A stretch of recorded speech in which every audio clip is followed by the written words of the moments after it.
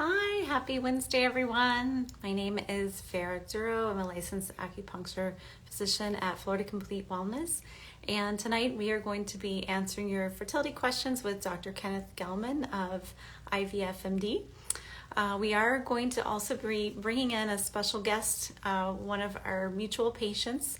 Her name is Daniela Rojas, so she'll be joining us as well to tell her story about what she's gone through, and I think it'll be very helpful for any of you who have been struggling, or if you know someone who could benefit from hearing someone else's story, which I think is always one of the strengths that when we bring on our patients to kind of talk about it. It's one thing to, ask questions and to hear information from us, but another to actually follow someone else's journey and actually learn from them as well. So I'm excited to have her on as well. I'm going to go ahead and invite Dr. Gelman. The horrendous hurricane that we had here at Ian. So over on the West Coast, our hearts are with you guys, and we hope that everyone's safe. So let's see if we can bring Dr. Gelman on. I went ahead and invited him on. So let's see if that worked. Or we always have it's a little tricky here. So I'm going to try to do that myself. So I went ahead and I pushed invite. So Dr. Gelman, whenever you're seeing that, just can click that button right there, and hopefully it works. Let's see if we're not going to have any technical issues tonight. That would be great. This is a live Q&A, so please feel free to type in your questions below, and we'll be really happy to answer them for you. Let's see. Okay, it says Dr. Gelman, IVFMD is unable to join, so I think there might be something going on with Dr. Gelman not being able. Oh, there it is. Okay, good. Yay, we did it. It's always such a relief when we can actually do something technical. Oh my gosh! Sometimes it always switches to the other account. I don't know why it does that. Yeah, that's okay. Yeah, it's complicated. I know. We're gonna try to actually, if you could introduce Well, it's good yourself. to be back, and I'm Dr. Kenneth Gelman, again, one of the many doctors from IVFMD in the Broward facility, Cooper City, and I'm always, trying to be here every month or every other month to try to answer questions or, just chat about things fertility related, and it's always a great time. It's every single time we always learn something new, and I do at least, and I love hearing everybody's questions. Always We good always questions. Yeah, different and interesting questions. everybody that's going through IVF or comes through our practice, Yes. and the patients are amazing. They're all very well read, and they understand stuff, and they ask probing questions, and once they go through the process and they see how all this transpires, they're like they know more than I'd say 80% of doctors do by the time they're released. And look who's here. Wow. Well, I'm very well, thank you. Good to see you too. It's so emotional seeing you both. I'm so excited. Yeah, huh? Oh, exciting. I'm glad, because I know that we were talking about this for a while, and we were like, okay, I think it'd be great to do this. So I was just looking back, and I'm like, we've been treating together for like a year and a half now. So I think, or a little more than that. Yeah. So since January of last year. So it's been actually going on almost 2 years. So doing acupuncture. So I know that I've kind of been following you through the whole thing, and it's been not a short journey, I know. So it'd be great to hear your story, and I think just having that support also, that you document everything on your Instagram, and you're really open to sharing what you've been through. I think that's really my journey did not start only 2 years ago. My journey started 4 years ago, actually, when I was diagnosed with PCOS, and I visited other facilities that they did treatment with me. But it was a different approach than what IVFMD has on hand. I have experienced a lot of things until I ended up in the right hands at the right moment when I had to be there. And Dr. Gilman was my doctor for almost same time, almost 2 years. And we did IVF together. We did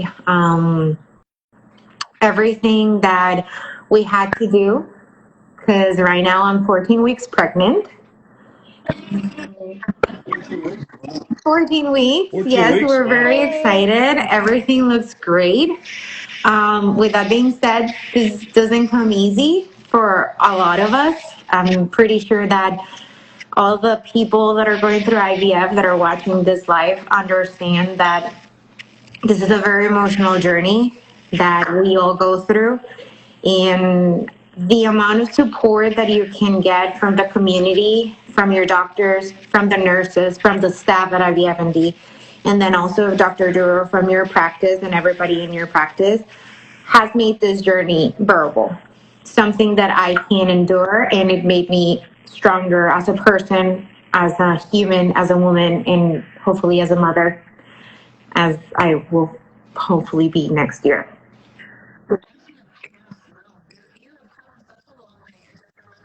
Definitely, yes. No, you have come such a long way. I just Of remember, course, of you course. know, So I I was mean, you can go diagnosed with into detail if you'd PCOS, like, or and I also just have a thyroid problem. I have hypothyroidism and a lot of other things that came in the mix. We did a bunch of IUIs. We did 3 IUIs. They were unsuccessful. We did 6 time intercourse, medicated cycles, mini stem cycles. And we finally ended up in IVF. And we did the retrieval, we did it almost 2 years ago. And it took me some time because each journey is different. And that's something that I would recommend everybody that is watching this live. Do not compare your journey to anybody else's journey because every journey is different. Every diagnosis is different. Every body is different. And how you process your journey is completely different from any other person going through infertility. With that being said, we do give support to each other and we do give feedback to each other, but each journey is completely separate. We did that. We did an ERA. We did a hysteroscopy. We did a lot of things for me to end up in here. I have nonstop for 2 years to go into acupuncture twice a week. I am 14 weeks pregnant and I still go twice a week.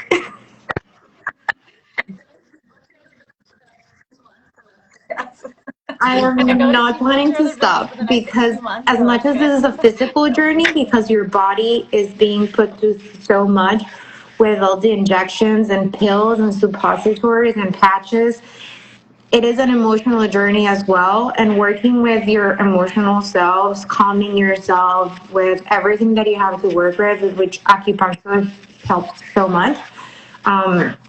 They all work together so well that it ends up in hopefully a good result, like in my case.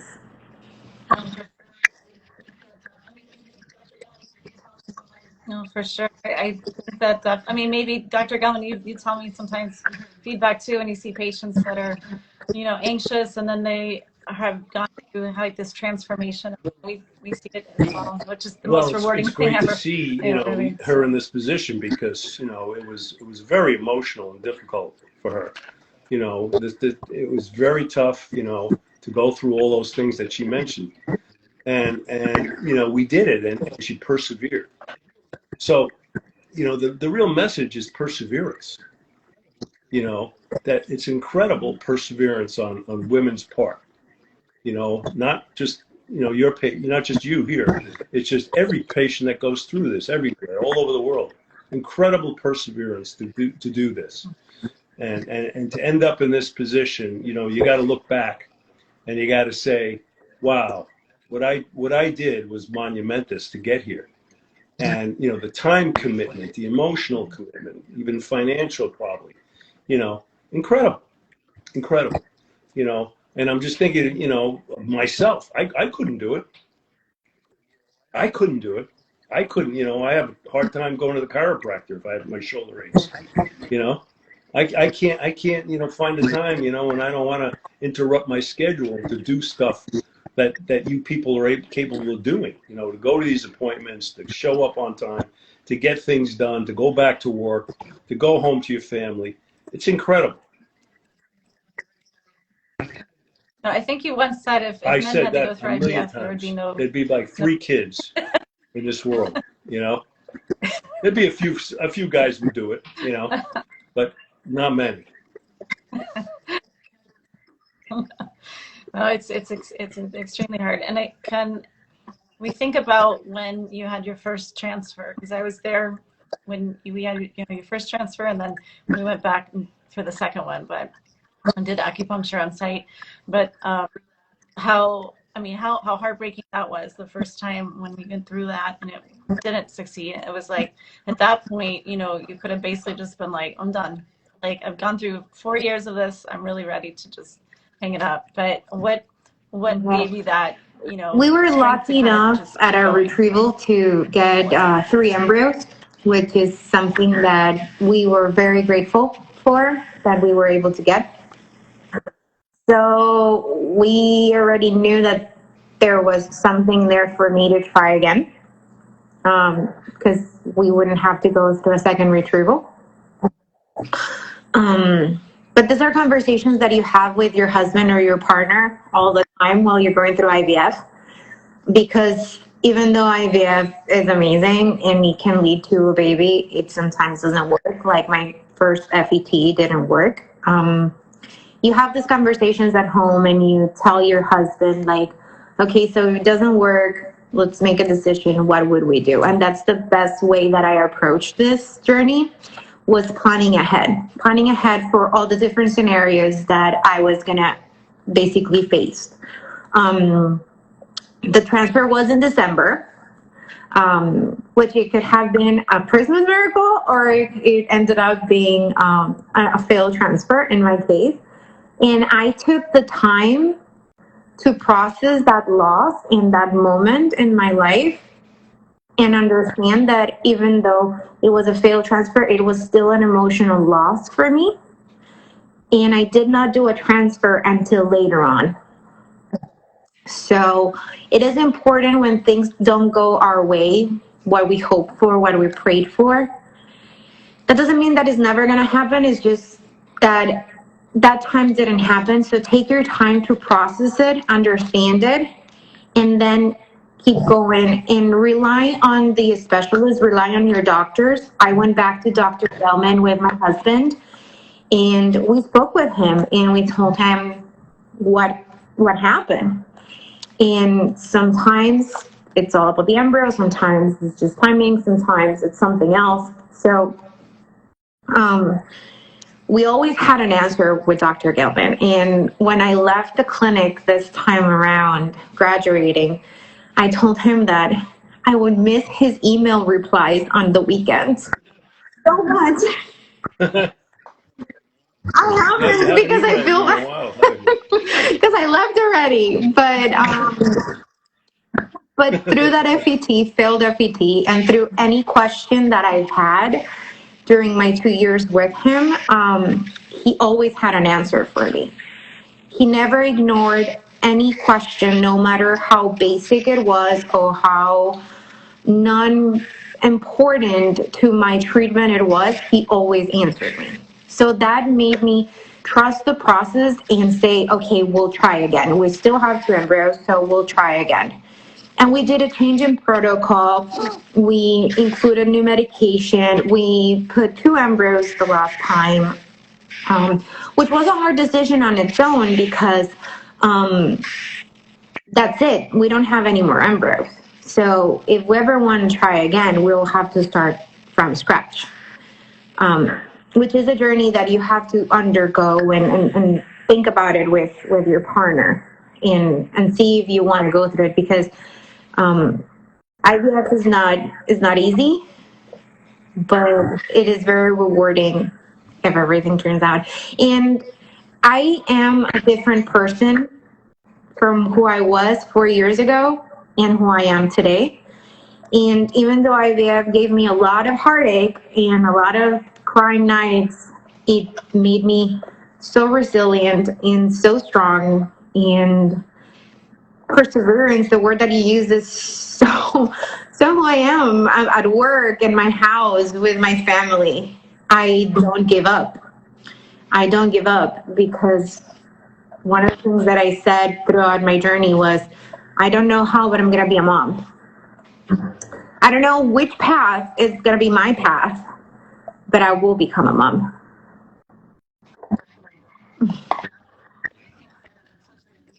Yeah. Definitely. Yeah.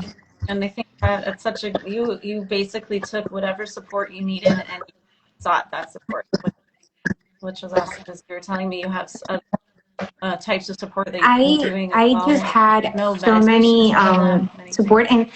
and one of the advice that I can give anybody that is listening to this is just use the tools that they're out there, because we are out there.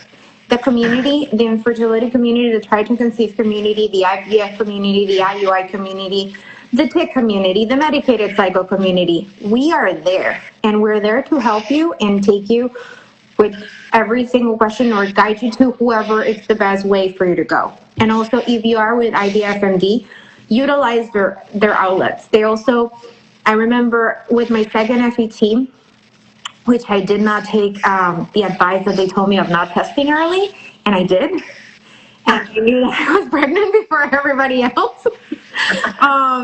You get a lot of anxiety, and I was able to call the clinic at any time, and there was a nurse or a doctor, because I had the opportunity to talk to another one of your colleagues, Dr. Wood, over the phone, and I talked to you over email, and I talked to nurses, and I messaged Dr. Duro too. And I've been talking to everybody because this is a very lonely journey, and having that support and having people holding your hand through it, it's very, very important.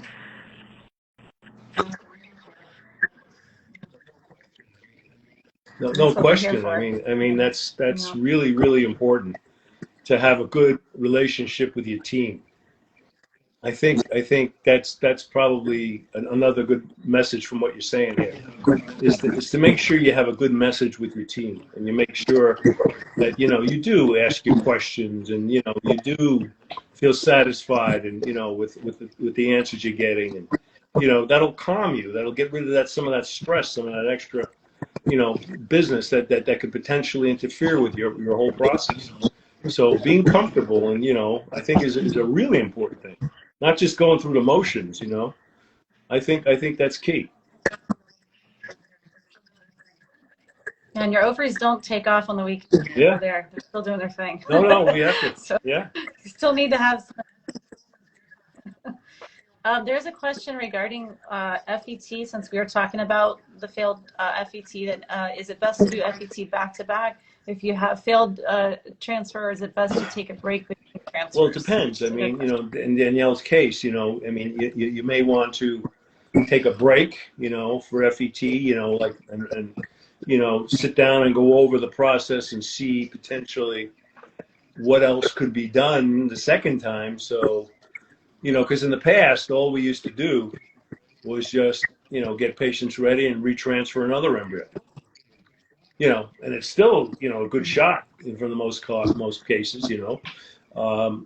But I think now things may be a little more complicated. So you want to make sure that the lining was developing properly, that you didn't miss anything like inflammation in there, or a polyp, God forbid, or immunologic issues, what may be. You know, ERA, is that something that should be done? You know, so there's things you have to look at and decide, or in certain cases maybe we transfer two embryos. Um, Everybody, like Danielle said, everything's different. Everybody's different. Um, but it's a difficult process, and there's going to be times when you think it's a slam dunk. Young person, great embryos, beautiful lining, beautiful everything, doesn't work. And then the patient comes and is sitting in front of you, and you're flabbergasted. Trying to give them a reason, and there may not be an obvious reason. but there's a reason usually, and we have to sort of dig into that a little bit and try to figure out what's best for that particular patient going forward. So sometimes, it takes a little bit of time to set up the next transfer. It's not something you may want to do right away. And there's actually, one of our mutual patients, Lisette, says, "Hi, Dr. G and Dr. Duro. Today I'm 28 weeks and counting. I'm very hopeful and grateful for all your support." 28. Oof. That seemed like yesterday. That's nice. Wow, time is flying. Congratulations, Lisette. We miss you. Come back for your pre-birth acupuncture where you can do some support. And there are patients that are gearing up to start IVF. I think there's also a problem when you think, okay, all that stress is over with, I'm done with my transfer, but now there's the anticipation of interpreting all the signs. Did you feel like that, Danielle, like where you had little signs, like, and you weren't sure if it was like pregnancy or was it medications? Or I think that both of my transfer were so different. I think that the thing is that with the first transfer and the failed FET, I had a lot of pregnancy symptoms due to the medication that I was on. So I had the tender breast and the cramping and things like that, but they were more towards the estrogen and the progesterone that I was on. So sometimes symptom checking and doing that, it's counterproductive for you. The 2-week wait or the 10 days that we have to wait for beta, they're very challenging for all of us. So hard. And the first transfer, I didn't test. I didn't test at all. When I got the call with the failed transfer with the beta, that it was negative, that was the first time that I heard it.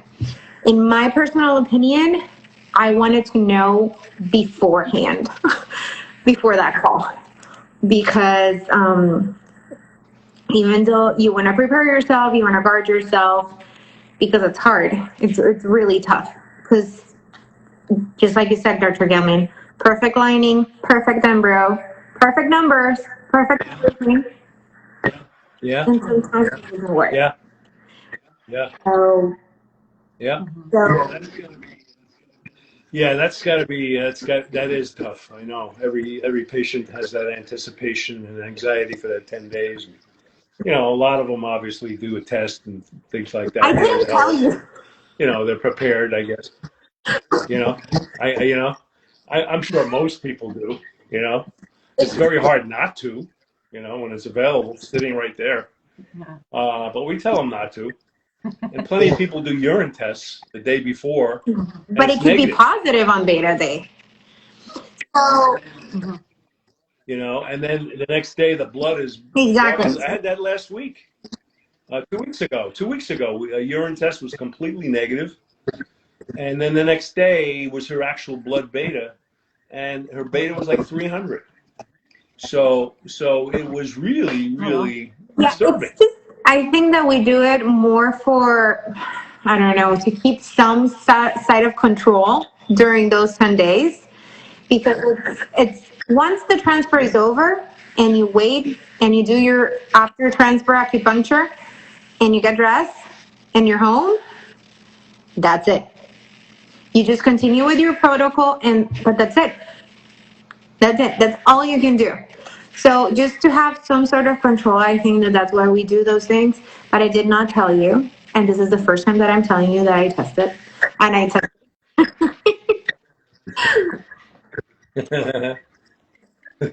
Okay. I'm not mad, Danielle. Don't worry. It's fine.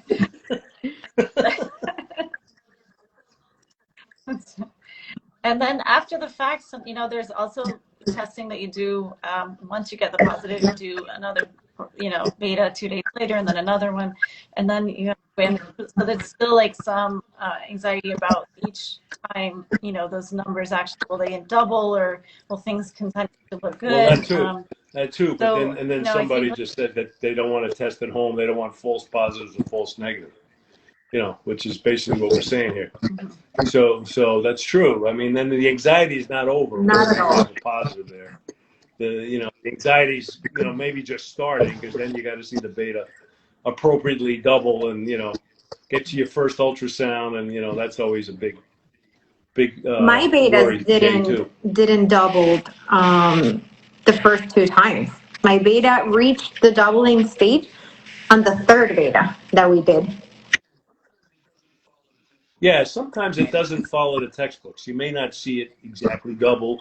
It kind of may, kind of slow down just a little bit and then take off. It doesn't always mean that's a problem, So we tell people don't worry about that so much. But obviously we want to get to that first ultrasound, make sure things are fine, and the beta, pregnancy's in the right place, etc. And that was one of the questions that just popped up. When are you out of the woods per se? Where can you be finally more at ease? Well, I mean, the whole thing is, really, God forbid, anything can happen at any time, with a pregnancy like that. But theoretically, excuse me one second. Let me just get rid of that. So, I mean, the pregnancy at any time anything could happen.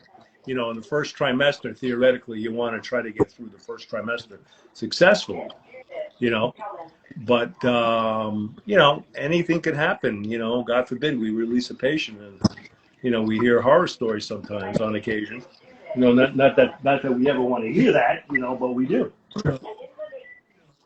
So, but theoretically, getting through the first trimester is really where we're aimed at.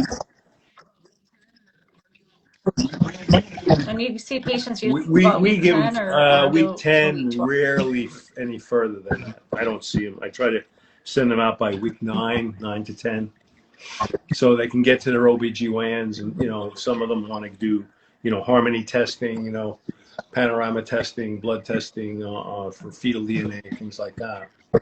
So we want to get them there so they can get that test done and get all their appropriate pregnancy tests done in their OBGYNs and get established.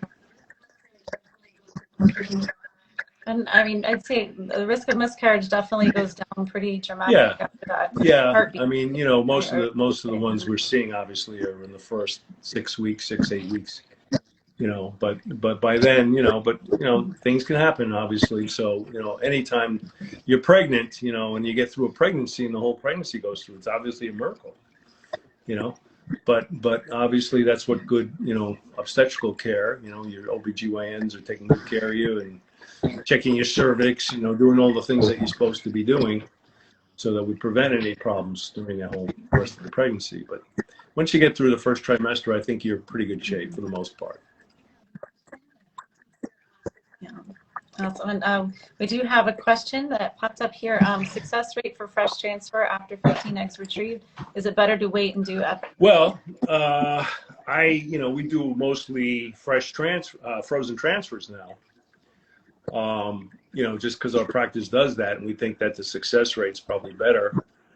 With fresh cycles, you always have the issues about planning for a fresh transfer, but then not able to be doing it because of situations that arise during stimulation. So like a high progesterone or a high estradiol, things like that, which would force you to freeze. But generally, we would freeze on this person here. She's probably going to have a high estradiol, and do a frozen transfer with or without PGT. So that's what I would do. Mm-hmm. That's an excellent. Too, right? That's exactly what you want. Something like that. Yeah. And we are welcoming your questions. We're doing a 3-way live with Dr. Gelman and one of our mutual patients, Danielle. So tonight, you can definitely type in the chat if you have questions. As we talk about Danielle's journey, we want to do this just because I think it's important, like I said, to share stories and be able to talk about things regarding fertility, because it is such a common thing to deal with infertility. 1 in 8 now, 1 in 7, they say couples are dealing with this. So more than likely somebody is dealing with this. They might not be very vocal about it, but as Danielle says, it's good to actually be able to talk.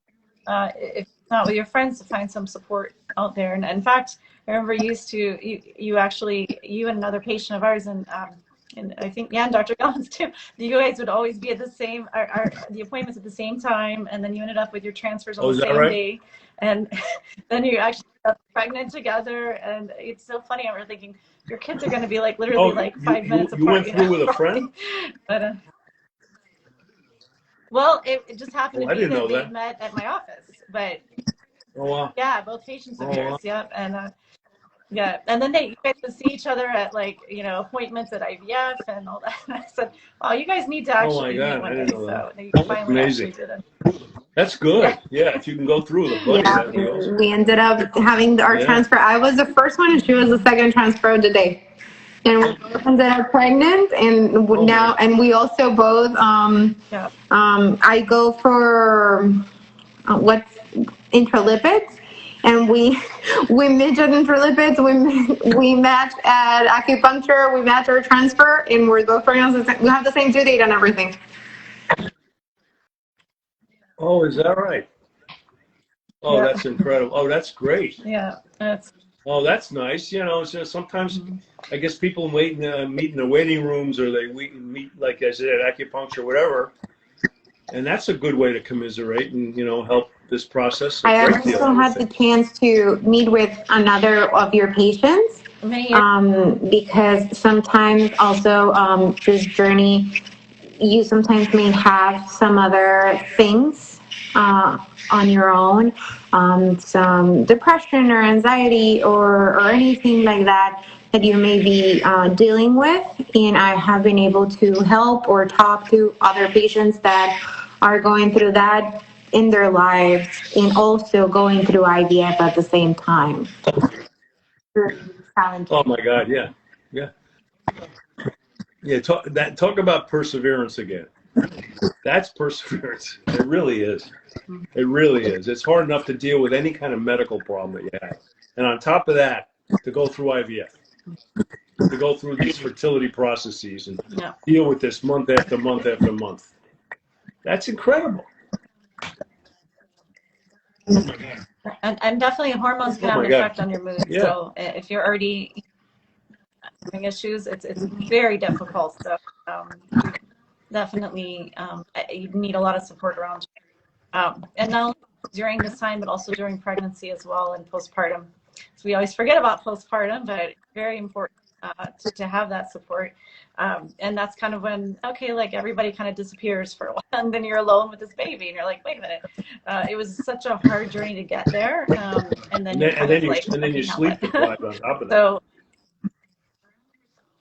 sleep deprived, yeah. So definitely say surround yourself with lots of people as much as you can. So we do have a question that popped up here. Let's see. How long would you recommend waiting after a failed fresh Well, transfer? again, depending on your situation, how to deal with your particular situation without knowing it. I mean, it's hard to say. But again, you would obviously need a frozen transfer, and depending what your uterus situation is, and do you need surgery? Does something develop in there? Is there a reason you failed a fresh transfer? Is it the embryo? Do you need PGT on those embryos?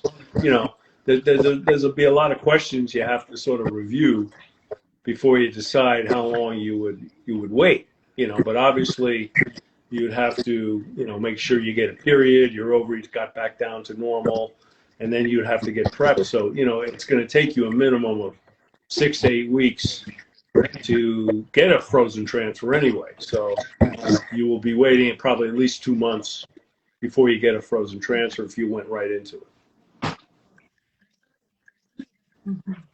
Definitely.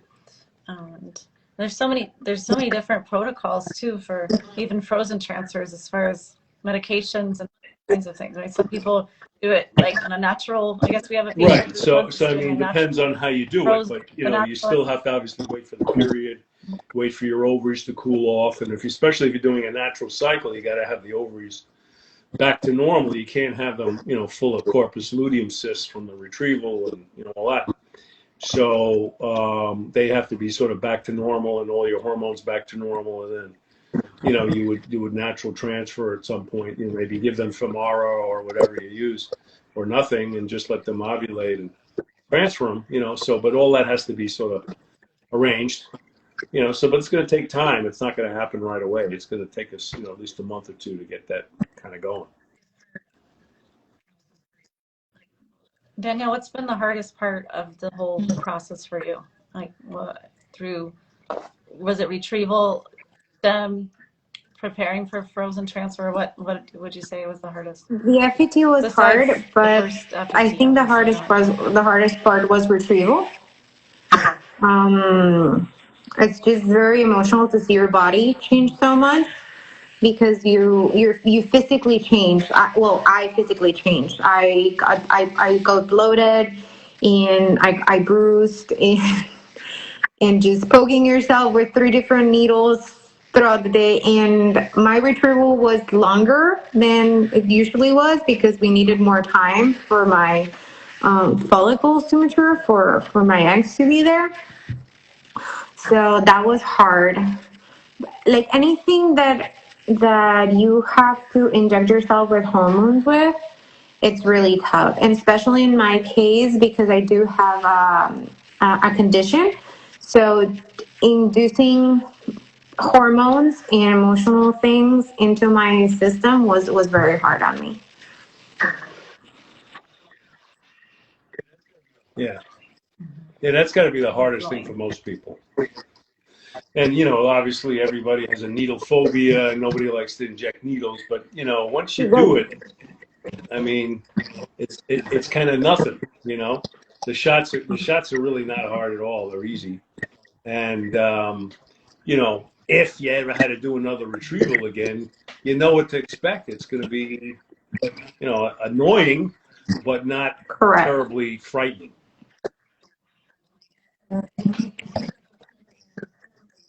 Yeah, definitely. And it's usually about 10 days. Yeah, sometimes some people go a little longer.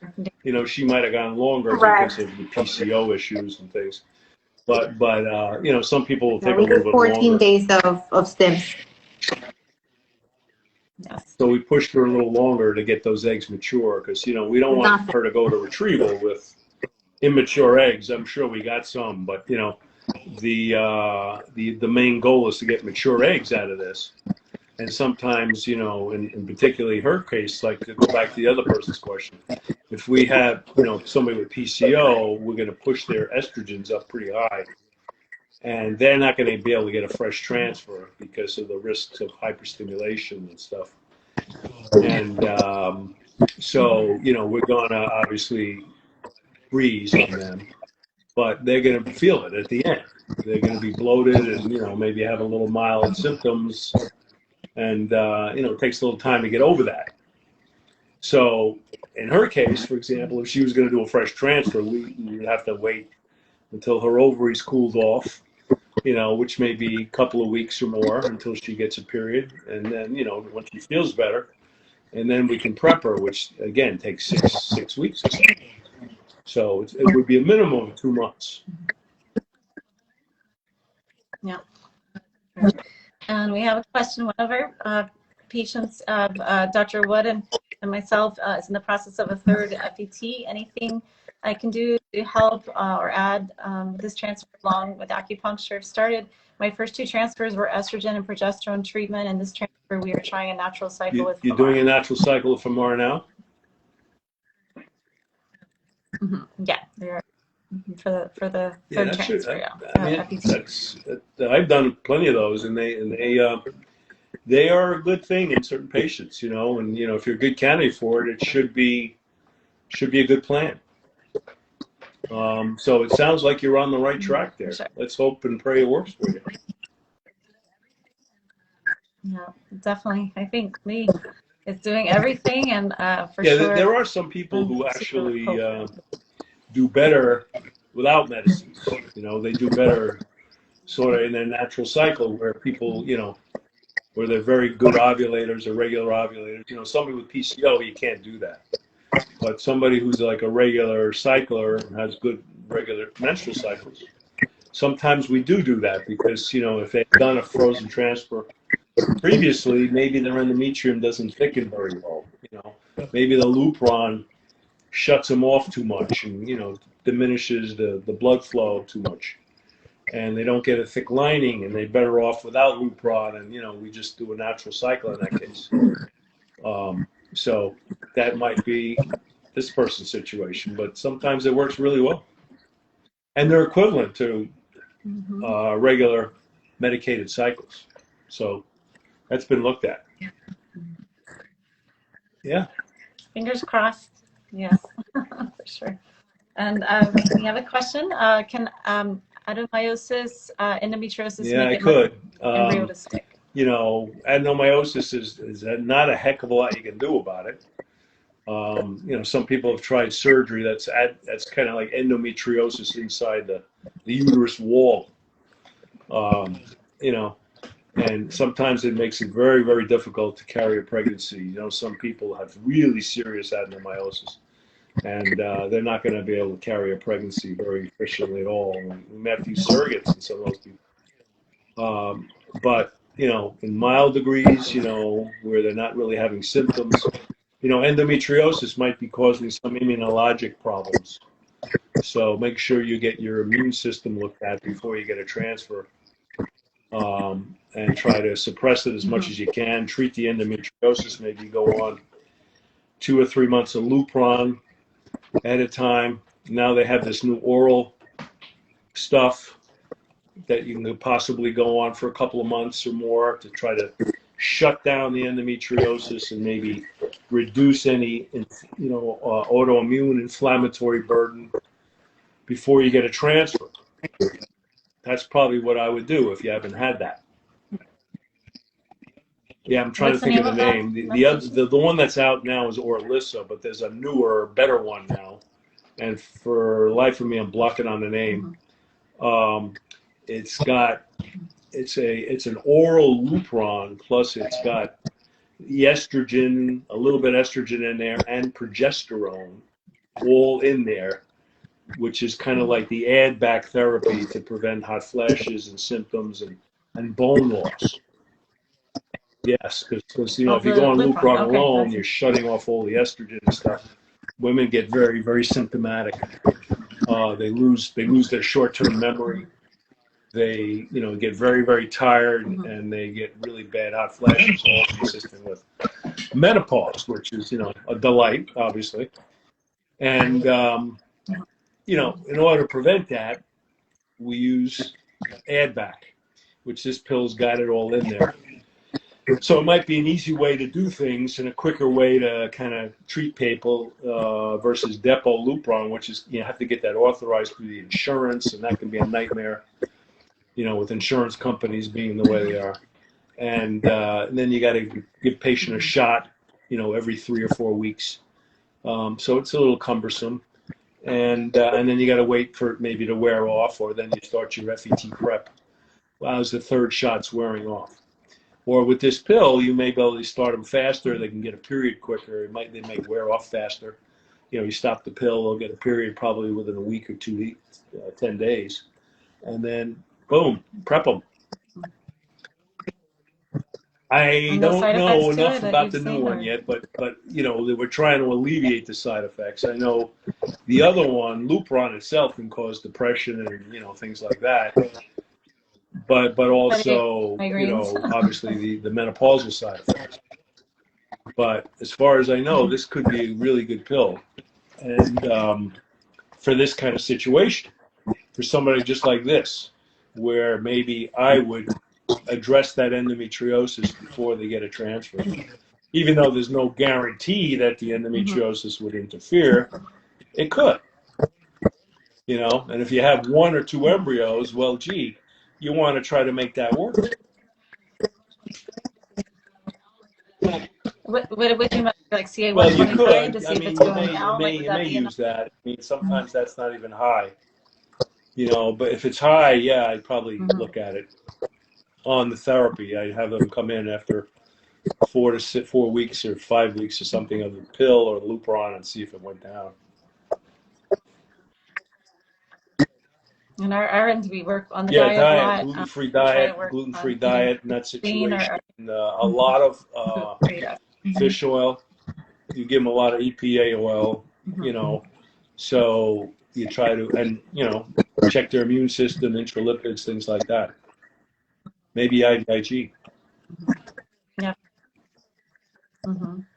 And a lot of acupuncture. I mean, definitely see a difference with the pain with endo when we can implement that and do herbal treatment. But if somebody's going through a transfer, we're obviously not giving herbal medicine so much at that point. Just whatever It's a tough is problem. It can be prescribed. a very tough problem in certain patients. And, other ones, there may be plenty of patients who have it, mild degrees that we don't even know they have it, because not everybody gets scoped anymore, and we don't really know who has it on certain occasions. We probably transfer plenty of patients who have it, and they do fine.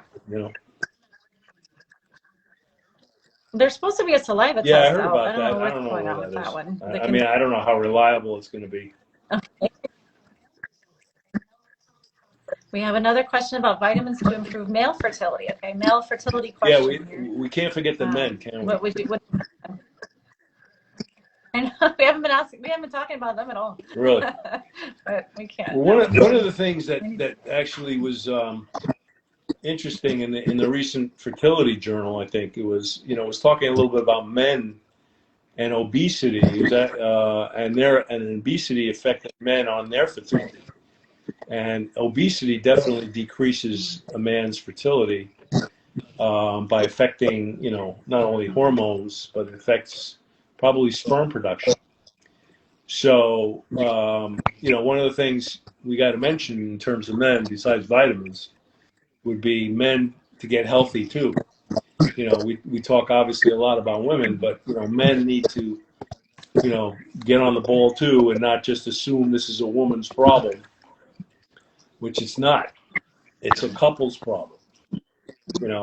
So Yes. we have to talk to the men and get serious with them, and I think we offer them lifestyles intervention too, to get their weight down and improve those things, and obviously they got to stop drinking, smoking, vaping, things like that.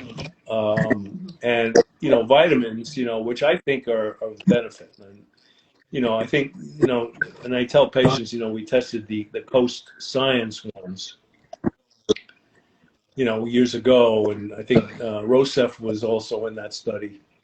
And we looked at guys, I think they were coming back from Iraq, and their sperm is terrible, basically. And within 6 weeks, their sperm improves drastically. Their motility really goes up, and the degree of probably a certain amount of sperm chromatin structure actually improves, things like that. So disruption of the sperm should improve, and theoretically, their fertilizing ability should improve with vitamins and healthy lifestyle in general, weight loss, all the other things I mentioned. So it's not just vitamins, but it's healthy lifestyle. It's also keeping out of the hot tubs, and keeping the laptop off your lap and things like that. And we had a patient a few years back that worked for a wine company. So he was out, having meetings and obviously around alcohol all the time. And he also smoked cigars. So his wife said, look, we've got to start, with this IVF thing. You need to stop this.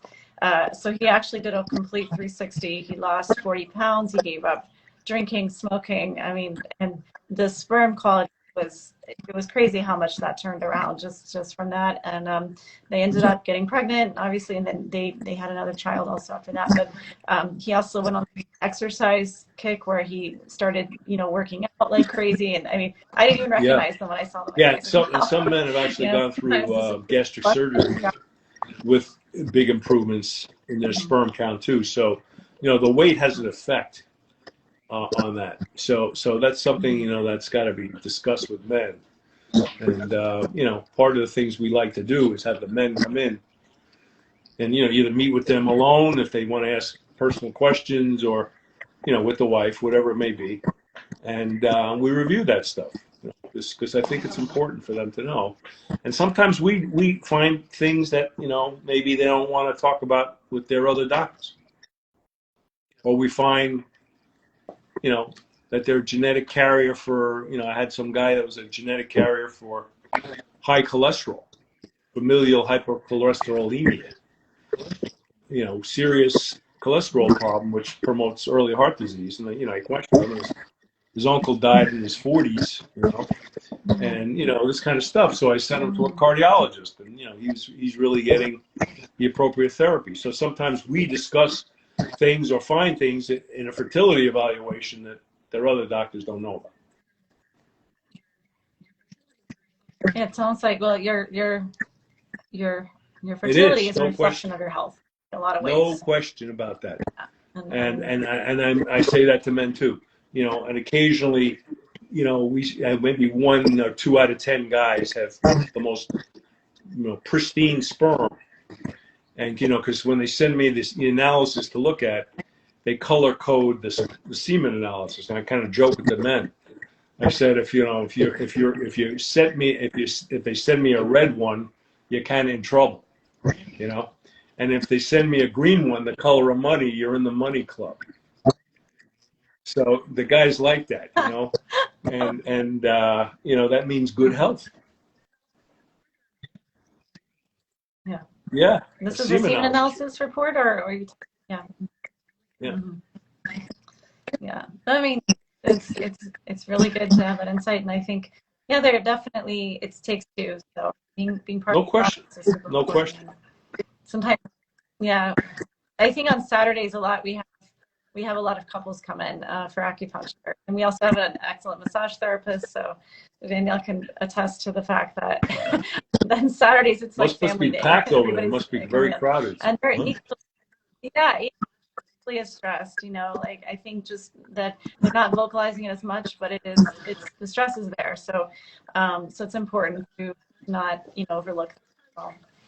So as far as vitamins, so we only have a few minutes, but as far as male vitamins go, would you recommend? Well, I think, you know, there's MRC. You know, some guys take the stuff on their own. They get the equivalent products. I think you know, only the Coast One I've worked with for years, and you know, it's a good idea for men to take it, even sometimes if their sperm is normal, it just will help protect it. You know, because there are insults down here with the heat and, you know, things like that. You know, so, you know, I think it's important for men to look at their nutrition, obviously, but also take these vitamins. I think it's a good idea. It's not going to hurt. Have you seen some decline in the sperm quality after 35, would you say, with men? Or is it in the 40s, you know, in the 40s, after age 40. You know, there's been some studies about older sperm and potential risks for, you know, behavioral problems, things like that in kids. But I don't know if that's ever really been brought up again. I haven't seen that too much in the literature lately. But, you know, what's the difference? You know, they're still going to try. We have guys coming in that are, you know, 60s and 70s sometimes. Okay, like Larry King, so. Wasn't he in the 70s? I was thinking about Mick Jagger. Yeah. Mick Jagger. There we go. Yeah. Wow. So I think that I mean anything you can do to improve your health also can help with that. And I know Marta over and her nutritionist also in Cooper City is excellent at that, like working with both partners on getting a healthier, you know, diet. And sometimes you think you're eating healthy and it's actually not great for fertility. So it just depends. I know, Danielle, I always was harping like, how's your diet going? How's everything? I know, but we don't want to nag, I guess, but we want to make sure that we're doing everything we can, and we give our patients recipes and like smoothie recipes and things. Yeah, like that. One of those things you suggested, the greens. Oh, is it not Greens Plus? What was it called? Greens First. Greens First. Yeah. I don't know if you had that, Danielle, but the Greens First product that she has or recommended, they make a chocolate one. It is absolutely fantastic. Yes, chocolate's excellent. And I had it today because, you know, really good. For snack like, and I mixed it in almond milk, and it's fantastic. It tastes like a Mhm. dark chocolate shake, and it's got all these Yeah. green products in there. And I said, gee, this is fantastic, because most of those green Oh, products are not very oh, tasty. oh no. Oh goodness. Oh, actually, we just have to go wrap it up right now because it looks Oh like one gosh. of my kids Oh had an gosh. emergency, so I gotta go. I know. But thank you Yeah. guys Oh, for it everything was a and have great a good night. night, everyone. Thank you, You're welcome, Danielle. guys. Thank Thank you you for for coming on. everything. Thanks, Bye. Daniela. My Okay. pleasure, guys. We'll see you Love Bye. again soon. you. Stop by and Bye. see us, Thank huh? you.